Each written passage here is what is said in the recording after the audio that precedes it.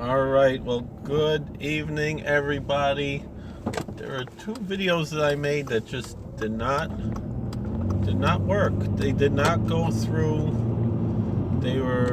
I'm gonna get stuck behind this guy. A stinky truck. All right, is what it is. You know what they say. So anyway, I don't know what's been going on with my phone. It's gonna almost be faster to go all the way around to Callicoon.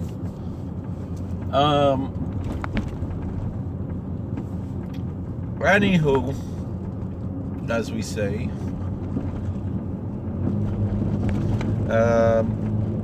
made these videos recently and they just disappeared. Videos I'm talking about. It was one I made last night. Just did not appear on my phone. There was another one I made not too long ago. Just disappeared. So I don't know what's going on. It's not an internet thing, it's a phone thing. So there's just probably something wrong with the phone. But still, you know what they say, it's Min Hashamayim. The Beshefa feared the Welt. So I guess whatever I said in these other videos, it wasn't meant to be. One of the videos, though, that I discussed issues about was this question of fear of heaven and can one truly be an ethical, moral atheist? And now that's Parshas Vayera, where this question really comes out. Rak ein yiras Elokim b'makom hazeh, Avram Avinu says.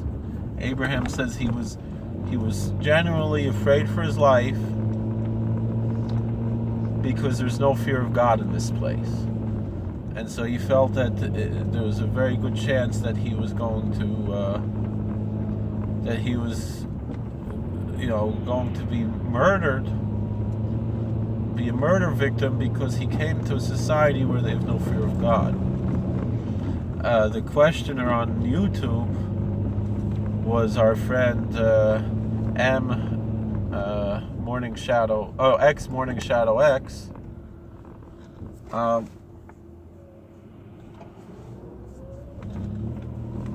But I think it's worthwhile to discuss this. What is with this truck? What are they doing? Are they moving? They're not moving? So, can I go around? I can't even see over the hill. They're stuck on the hill. Goes where? There's another car coming, so I can't.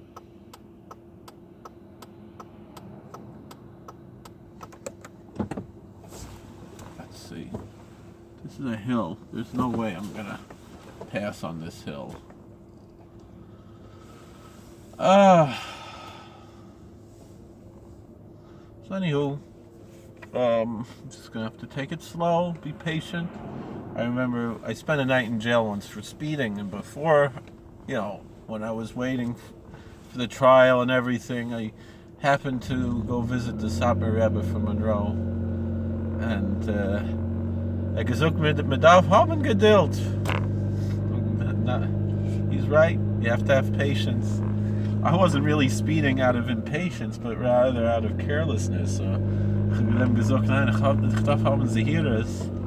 have to be more careful. I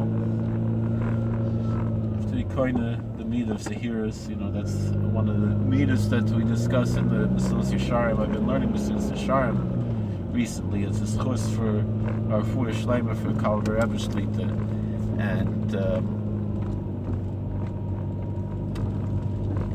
it's I never really learned. I mean, I listened to a shir in Mesilas Yesharim, sure, but I never really learned Mesilas Yesharim before. So I'm thinking once I finish it, I should make a video of shir Mesilas Yesharim, go through the whole Mesilas Yesharim, make it's a very worthwhile sefer to learn. Anyway. I gave a whole schmooze on a video that just got lost on my phone on the subject of the ethical atheist? Can one be an ethical atheist? What does it mean? And I talk about, first of all, and this video disappeared. I didn't save on my phone. Who knows if this is even going to be up there? It's only the Brenda Shalom knows, right? Only God knows. If you're listening to this now, I believe 100% that it's by divine providence. That's how you are here. Listening to this, and every aspect of our lives is purely divine providence. I think I can go around now. That's far enough. There's enough room. So anyway,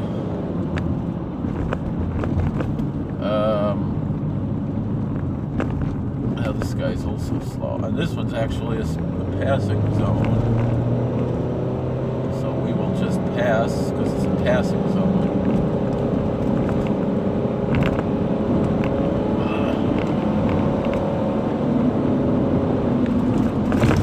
Anywho, the other one was also a passing zone. I made it a passing zone. So, what's this here? What's all this then? Oh, that's just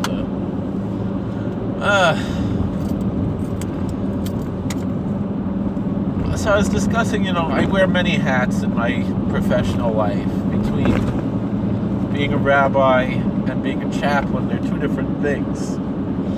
I'm a chaplain because I'm a rabbi. But being a chaplain is not the same as being a rabbi. It's important to know that. Now, some people have suggested that because I hold certain personal views, I'm therefore disqualified from being a chaplain. I've had people tell me this on Twitter and so forth. I don't believe that to be the case. I believe I can separate my personal views, compartmentalize personal views, religious views, and my professional duties. And even when I'm ministering to the Jewish community as a chaplain, I recognize that first and foremost I'm operating as a chaplain and not as a rabbi in a synagogue or a yeshiva. And with that being said, and it's just naturally so. It's not something that I have to think about, that like, oh, I'm not in shul right now. It's a natural flow. I think Rabbi Bar Tzadok would call even shamanistic, that you attach to a natural manner of things, and you're able to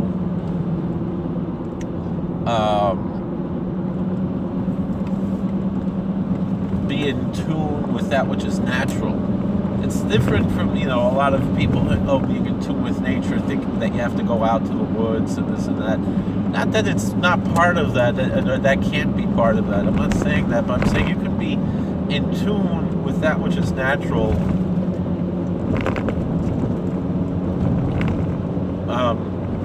In an office building, in a skyscraper in Manhattan, if you know what you're doing and you know how to be in tune.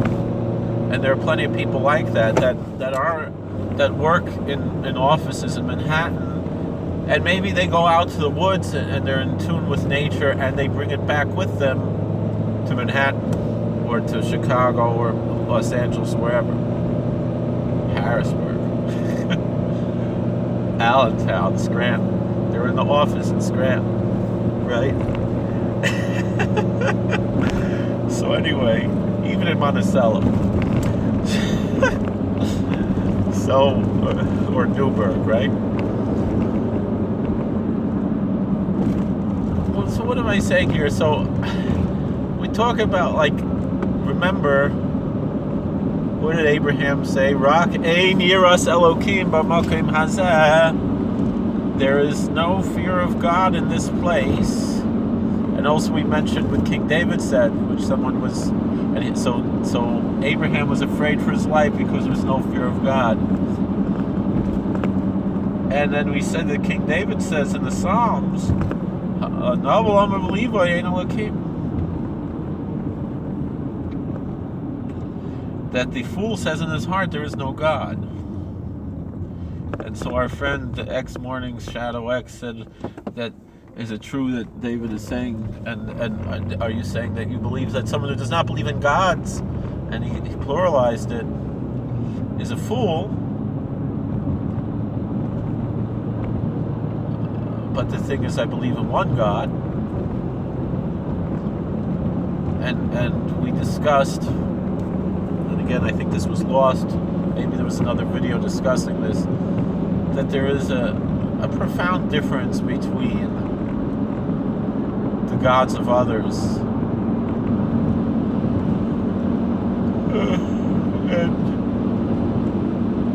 and the God of monotheism, of all the different monotheisms, I would say, as much as some people want to suggest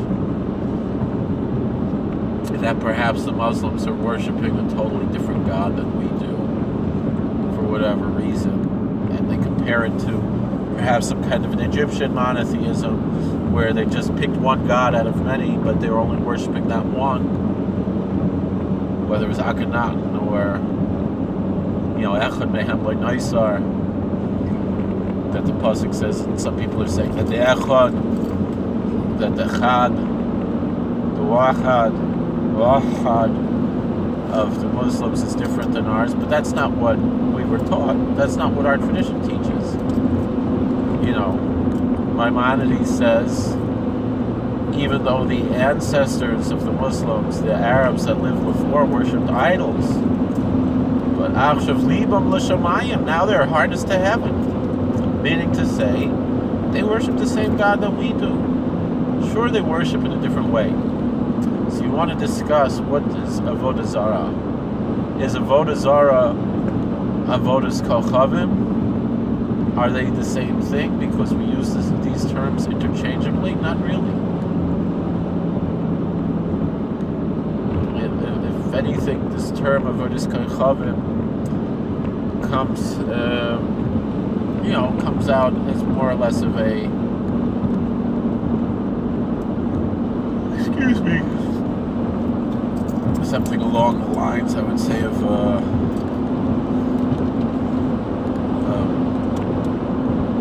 something the censors put in. It's not the original term, but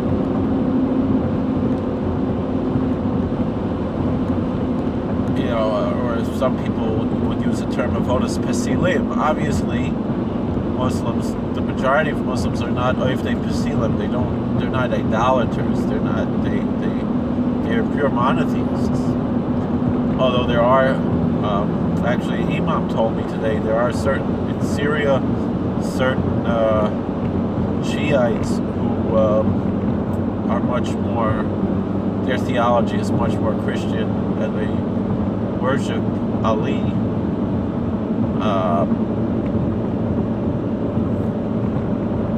But still, alright, we can discuss back and forth what that's all about.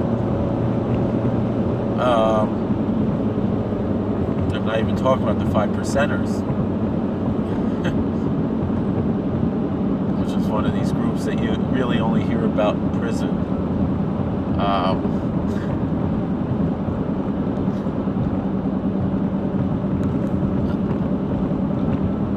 But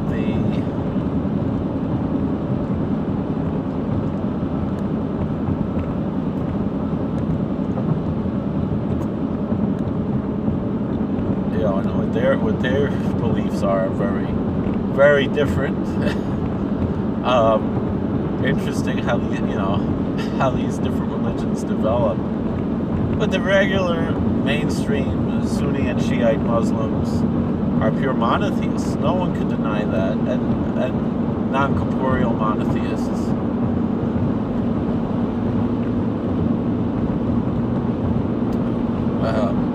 Like Judaism classically, certainly the theology of Maimonides is like this.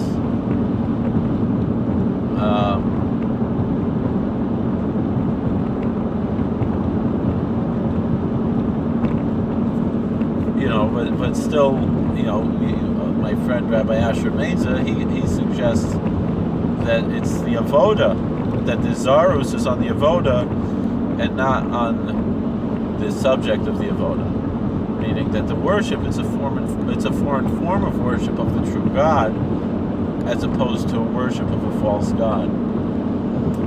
Meaning because it's not what the Chachamim taught, it's not what Chazal taught. It's not the type of avodah zarah certainly that a Ben Noach would be chayv misa on, but perhaps a Jew would. But obviously the Rambam holds not like that. In the Zigeres Hashmad, clearly the Rambam holds that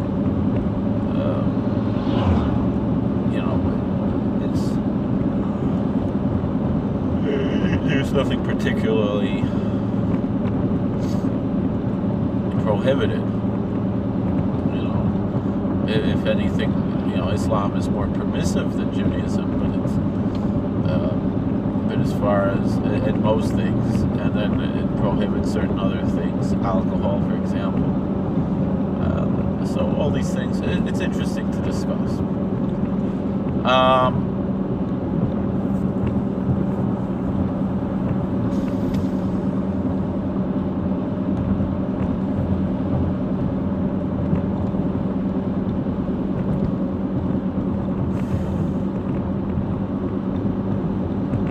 When it comes to these questions, what we're dealing with here,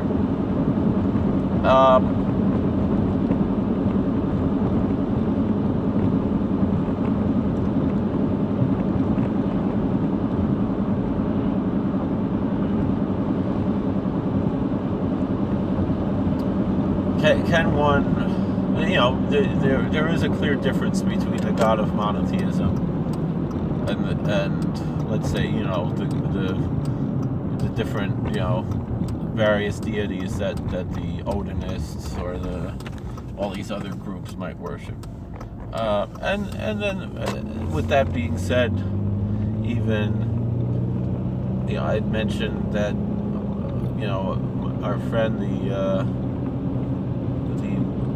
Wiccan high priest who used to visit our prison told me that he believes that the divinity is really only one, and it expresses itself in different cultures in different ways. And if we look at what the Bible says from in Malachi 1:11, from rising of the sun to the setting thereof, great is my name among the nations, says the Lord of hosts. Everywhere where they're offering, it's all to my name, a pure oblation. Those are words of Musar to the Kohanim. Those are words of rebuke to the Jewish priests, to say, you think you're so high and mighty because you're worshiping the true God in his chosen abode in Jerusalem in the temple. Believe me, every pagan who's offering incense, they're doing it to me too, and it's a pure oblation, it's a pure offering, mincha tahara. It's just as pure of a gift as your gifts are to me. And what really matters when it comes down to it is not theology, but ethics. Now obviously a person can believe in God and have great theology and not be ethical.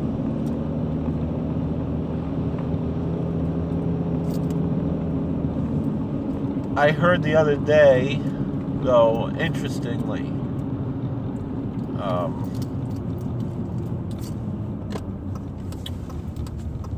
Dennis Prager, who I spoke to once on his radio show.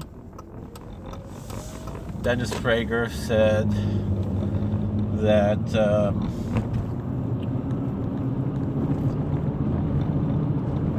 his opinion of the tree of knowledge of good and evil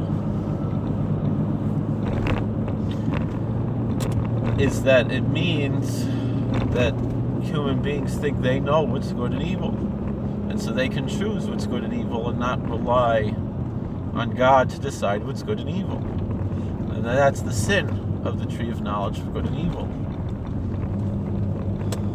Meaning thinking that they know. And it's not for God to tell us what's good and evil. They know.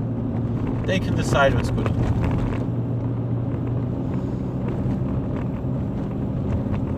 And so you're going to have arguments about abortion and homosexuality on both sides.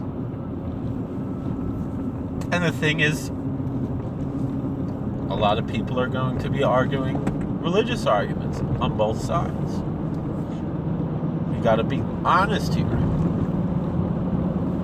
You know, like we said, the Bible is pure energy. A lot of people don't know that the pro-choice movement was spearheaded mostly by clergy who were tired of seeing women killing themselves or hurting themselves, trying to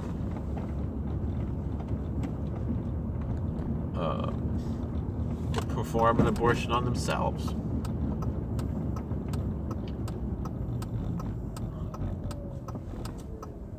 And so I understand where there is that difficulty there. And it's not a cut and dry issue in Judaism. You know, especially when it comes to questions of adultery and incest. You're going to have all kinds of interesting views. And you can't say one or the other. Which is right, which is wrong. And not even, we don't even say that, well, the Ivets lived a long time before Rav Moshe Feinstein, so he should be bigger than him, right? Yeah, a lot of people are following Rav Moshe Feinstein and are more strict anti-abortion. And the Zohar HaKadosh, the Holy Zohar, is very anti-abortion. Although Rav Yaakov Emden questions some of the authorship of the Zohar. And my Holy Zayda, the Chavos Yor, has a very ambiguous tshuva on abortion. I mean, what Rav Yaakov Emden says is fascinating and perhaps horrifying, but it's saying that, well, this woman, if she committed adultery, she's liable to the death penalty, and the baby inside of her would have also been killed if she would have received the death penalty. We don't have the death penalty today, but is it okay to prevent this mamzer from being born before it's born? You can't kill a mamzer just for being a mamzer, but can you prevent it from being born? It's an interesting question. And Judaism's a complicated religion. It's not cut and dry like that, you know.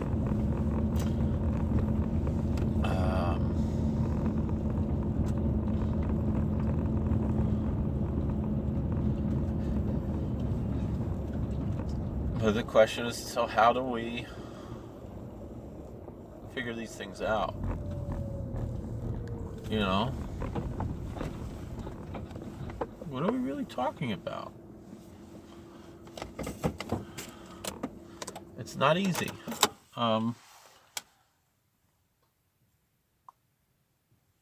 But I always mention many times the story of what's Bertrand Russell, right? How he was this great ethicist who wasn't very ethical, and he said, was Einstein a triangle? You know, that was his answer. You know, why does teaching ethics require one to be ethical any more than teaching math requires one to be a mathematical equation? Okay, I hear what you're saying.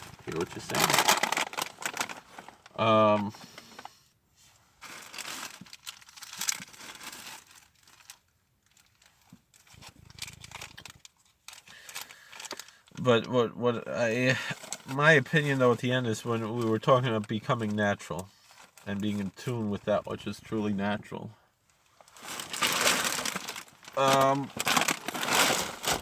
We go back to the gematrias, and the Hebrew word for God, Elohim, is the gematria of Hateva, of the nature. There's recognition that there is that which is natural, of nature, and nature's God.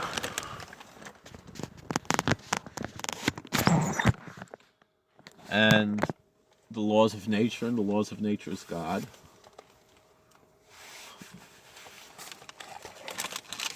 And there's a lot what to talk about.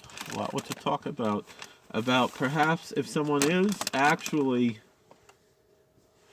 moral and ethical without professing a particular theology and without attending a particular church. And we understand that. Yet still, they are devoted to God. That's what I personally believe. That these people who call themselves atheists are probably more godly than a lot of religious people, if they truly really are true to themselves and consistent. Meaning, if they're going to be consistently the same person in public and in private as our liturgy says, V'yolam Yehei Adam Yirei Shamayim.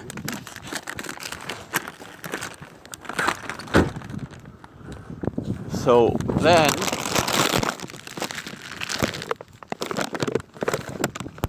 well, perhaps